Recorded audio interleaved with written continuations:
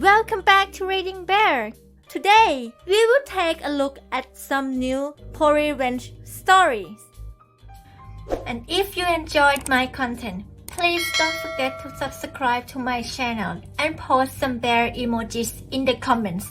Let's go! First one is titled, Neighbor Complains That My Car Smells to Try to Get a Better Parking Space.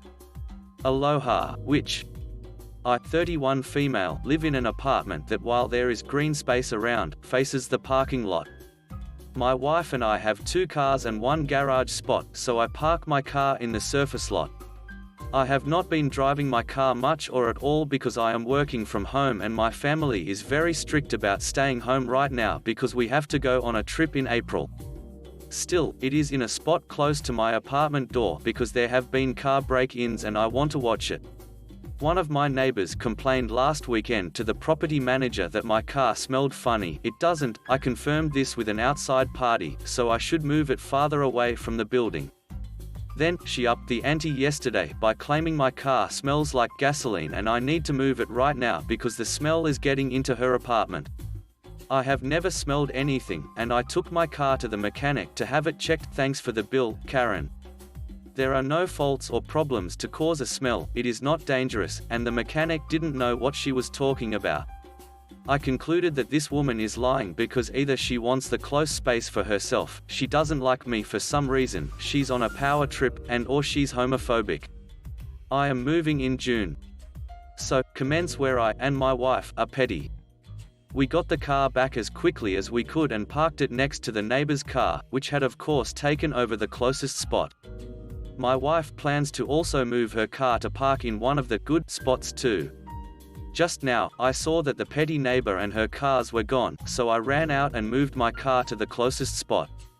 There is no problem with it, and if my neighbor is going to be petty and I'm about to give notice, I'll play. I literally can see the parking wars and have every opportunity to move my car, since I'm working from home. And guess what, which? Since you made a baseless complaint and cost me at the mechanic and goodwill with the property management, I am leaving my car in the prime spot in a few weeks when I go to Hawaii to deal with estate stuff. For 10 days, possibly more if I have a COVID scare. Wife is coming too. Cat sitter drives over. So, 3 cars taking up all the prime spots you wanted so badly as to get me on trouble for. Never duck with someone who has a flexible working from home job. My wife has been referring to this stuff as the petty mobile conflict. Next one is titled, The Customer is Always Right. Not at the gun store. This story comes to me secondhand from both the manager in the story and my friend who happened to be there. One of the managers at my local gun store is a loud, hard-ass, ex-Marine who has a short temper. He's exactly the kind of guy you're thinking of, conservative, brash, forward, conspiratorial, in your face. The kind of guy who if you asked the question, how was your morning, he'd respond, well there's new construction on my street which made it hard to get to work probably because the Democrats want to make it impossible for me to sell guns. Yeah, that guy. He's loud, political, and annoying, but he is never boring. So the manager is at the gun store and this customer calls up in a rage. This customer is furious because she ordered a gun online and there is some problem between the gun being shipped from the manufacturer to the store.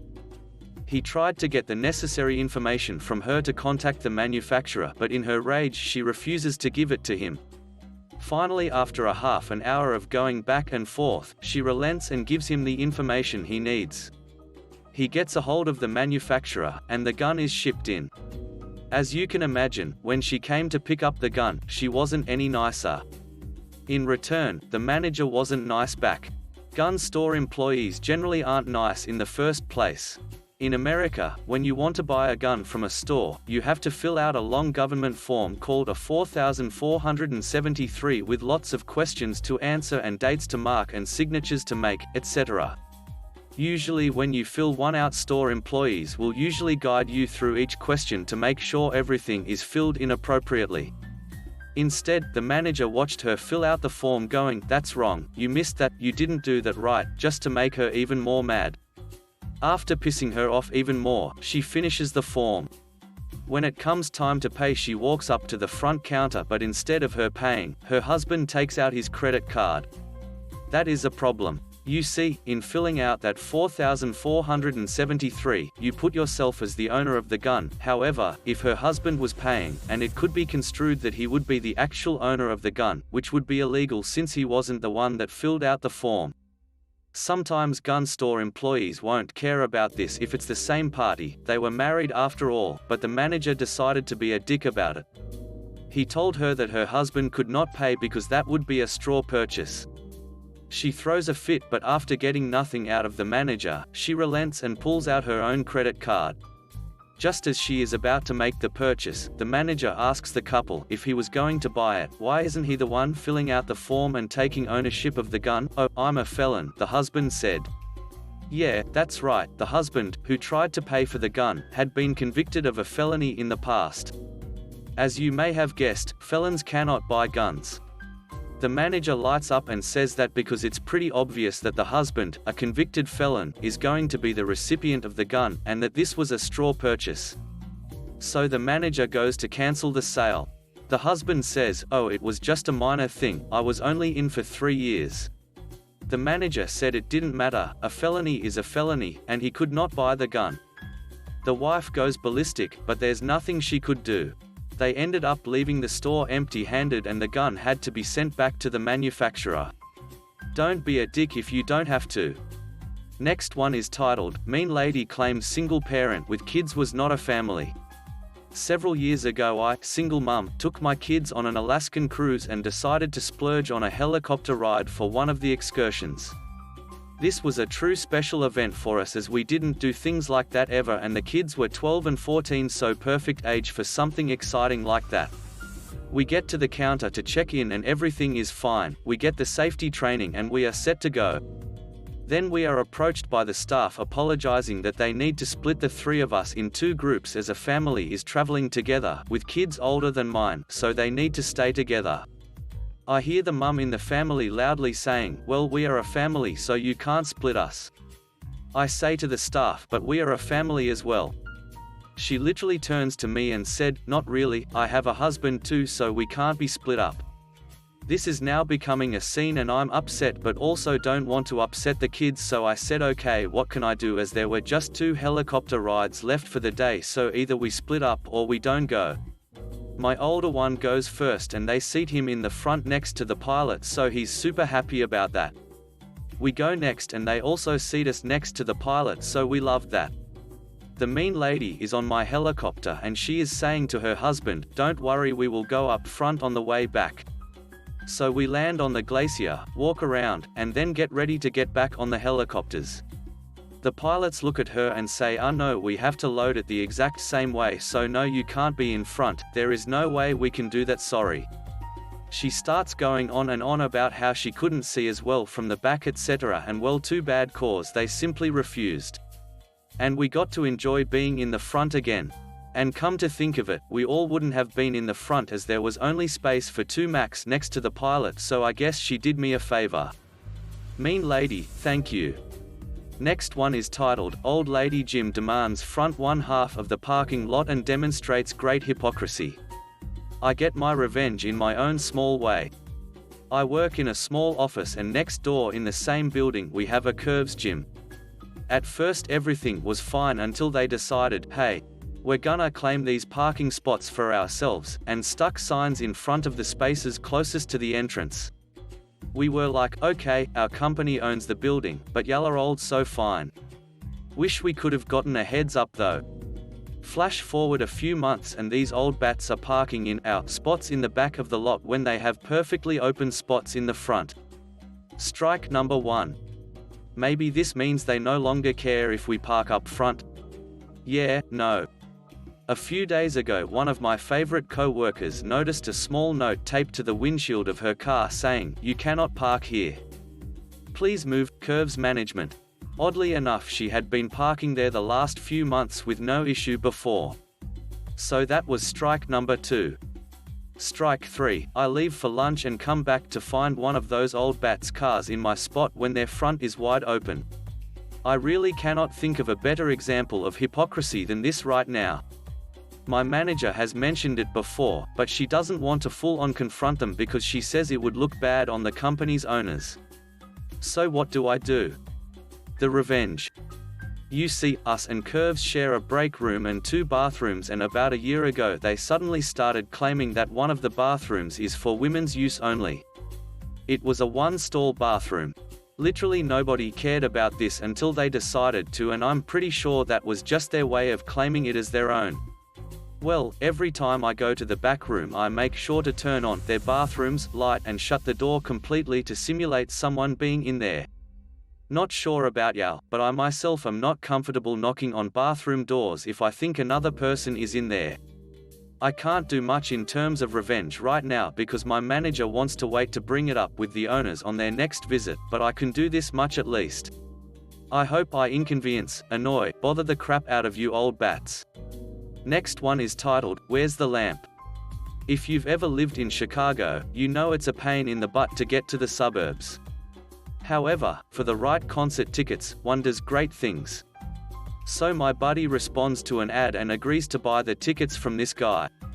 They set a time and he crawls down 280, only to arrive, and the guy says he's sold them for more and he wants $100 more to sell them to my buddy. Buddy refuses and slowly limps back home. Hours of life wasted and no plans for the concert. But he got an idea. He printed out some signs explaining what had happened and posted them around all of the campus, bar urinals, as well as instructions. No matter how late, call this number and ask why the tickets weren't sold. Upon answering, howl like a wolf. Funny night in the bars, hearing random howls all night long. The guy eventually changed his phone number. Next one is titled, Bless You. Have a tissue for your hidden dog? Doing my grocery shopping at Costco with my very well-trained service dog on a loose leash heel by my side when I notice a woman wearing a pet backpack who obviously thinks no one can see the toy breed dog she snuck into the store in her backpack. My dog notices her little dog too, but ignores it, as a well-trained dog should.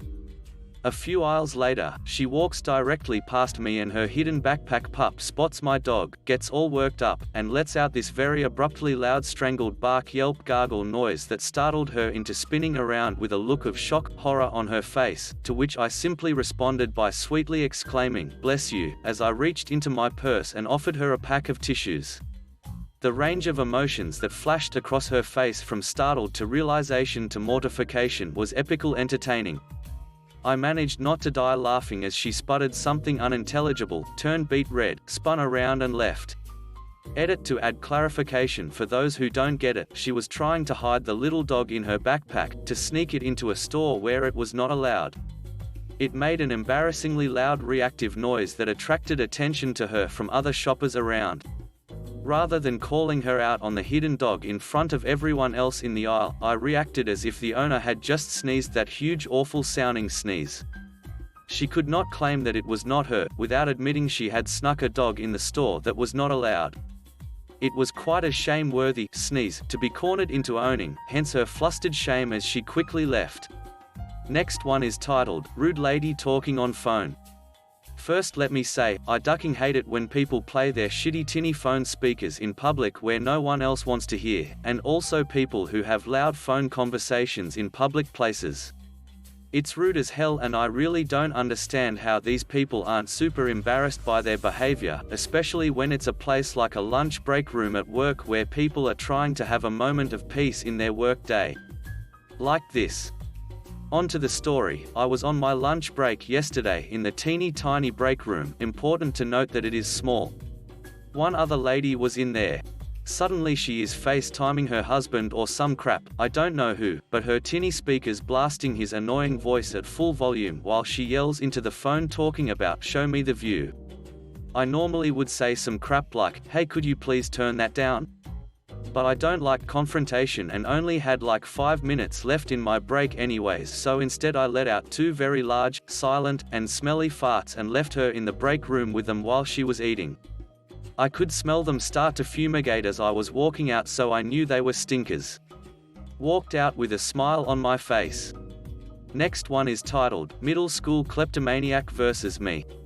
This was some years ago when I was in middle school.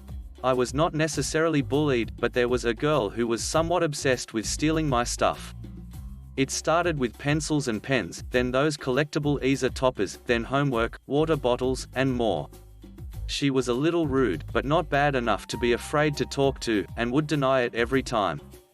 In fact, I even got in trouble for losing binders and worksheets non-stop. This led to many tears. I wanted to confirm that she was the one stealing, so I told her that I really loved a particular leaf. Middle schoolers are dumb, don't judge. I only told her during recess, put it in my locker, came back from class and it was gone. Yup, she's the robber. My family had recently gotten a key finder, which is a little fob to put on the keychain that beeped when you press a remote button. With a little help from my dad, I carefully opened the top of a pocket-sized candy box, those chalky Valentine hearts, and stuck the key finder inside. In bright bold letters, I wrote my name on it so everybody would know whose it was. The next day, I put the candy inside my desk without showing anybody. When it came to be recess time, the class would have to line up in the hallway to wait for the teacher to walk us out to the playground. I went out first and waited before most of the class. When the girl came out, she cut in front of me, of course. Just before we started walking, I pressed the remote button, and sure enough, there was a beep beep beep sound. It startled a few kids, before they figured out it was coming from inside the girl's sleeve. She realized a bit late, and only managed to drop the candy after the class started staring at her beet red face. Being in middle school, I was giddy that my scheme worked and let out the cheesiest villain cackle, picking up the candy box and holding it like Simba. With my name right on the box, everybody knew she had been the one stealing my stuff. I swear I remember the teacher laughing too. She never spoke nor stole from me again. Next one is titled, So This Lady Cuts Me Off at Chick-fil-A Only to Get Petty Revenge. So I am at Chick-fil-A waiting in line. There is a Charger in front of us and a Civic behind us. The line splits into two so people can order. I go into the far lane and the Charger and the Civic go into the inner lane. I order my meal and they order theirs. All around things were pretty chill. So when the line merges back, this lady in the Civic rides the Charger's tail, not letting me in. I think maybe she is confused, so I signal to her that I go first. She is still slightly confused, so we roll our windows down. I say the line goes one after the other. She said her cashier said to go behind the Charger. My dad is wondering how that made sense because we would be here all day. This upsets her, so she rolls up her window to avoid the conversation, which is kind of rude. I was still kind of confused and my dad is getting upset. I knew she lied when the food deliverer went up to her car window and acts confused. I don't know how he knew, but this guy goes past two cars to give us our meal, like I'm royalty. I drive around her since I got my meal before she did, and from what my dad said, she had the meanest look when I went around her. I'm like, you get what you deserve. Thumbs up to the Chick-fil-A employee because that was funny. Next one is titled, Use My Dishes and Leave Them Dirty? Fine. This happened my freshman year in college. We were 4 to a dorm, with a shared kitchen. I bought a brand new set of dishes, service for 8. 8 plates, 8 bowls, and 8 mugs. And I bought a flatware set. 8 big spoons, 8 little spoons, 8 forks, 8 butter knives. I told my roommates they could feel free to use my dishes because I had such a large set, as long as they washed what they used when they used it. So simple. They agreed. About 2 months in, I had it. Every goddamn time I'd go to the kitchen to eat, every single plate, bowl, mug, fork, knife, and spoon would be sitting in the sink. Dirty. I asked, a few times, that they take care of the dishes they used. Wait, did I say dirty? Oh, no, not just dirty. They wouldn't even bother to scrape or rinse them. They had food caked and dried on, so that regular washing couldn't get rid of it. They'd have to sit in hot soapy water for hours, then be scrubbed. So I soaked and scrubbed and dried them. And then I packed every last one up and brought them back to my parents' house. Didn't even warn them I was doing it either. Just took them all home. I bought myself plastic flatware and paper plates and kept them hidden in my room. Refused to wash the dishes I bought and allowed you all to use? Fine. No ducking dishes for you. Next one is titled, My sibling used to jump scare me all the time, so I started carrying full glasses of water. When I was younger, my sibling and I used to play harmless pranks on one another. For the most part it was all in good fun, but occasionally it would end up getting annoying. There was this one period of time where we would leap out around corners and do our best to give each other heart attacks. I startle easily, so this quickly got on my nerves. One night, I was leaving my room when I saw a shadow around the corner by the stairwell. I paused, remembered that I had a full glass of water on my bedside table, and decided I should probably bring it downstairs. My sibling leaped out at me laughing, and I screamed loudly and swung the glass forward, completely drenching them. The best part was that I was the victim, and how was I supposed to know to be careful? My sibling was angry because they suspected it was on purpose. I really got them good, but to this day there is no proof. Last one is titled, I published a poem about my ex in a literary magazine he'd been trying to get into for years. We were both in high school, and at the end of the relationship he told me he was just in it for the sex, that he didn't really mean any of it, and that I obviously just wanted him because I was horny. He then went and had a hot and heavy make-out sess with my best friend and came back and told me I was a bad kisser compared to her. Yeah, he was a jerk. Well, flashback to a few months previous. I was angry at him because he was being really hot and cold, and so I wrote an angry poem about him. The magazine he had been trying to get into had a website and would publish poems based off of popularity on the website. He had gotten me to join a few months previous and I only had a few poems up. I decided against posting it then because it would be too mean. Well, after he had pulled that crap I decided I wanted a little revenge. So I posted the poem. And suddenly it was getting a lot of popularity. And I get a notification from the magazine saying they want to publish it. So what was the first thing I did? Messaged him that I got published in this magazine. He got excited for me and congratulated me, until he read the poem. Several million people have read the poem in the magazine, and to this day, he still hasn't gotten published. Thanks for listening.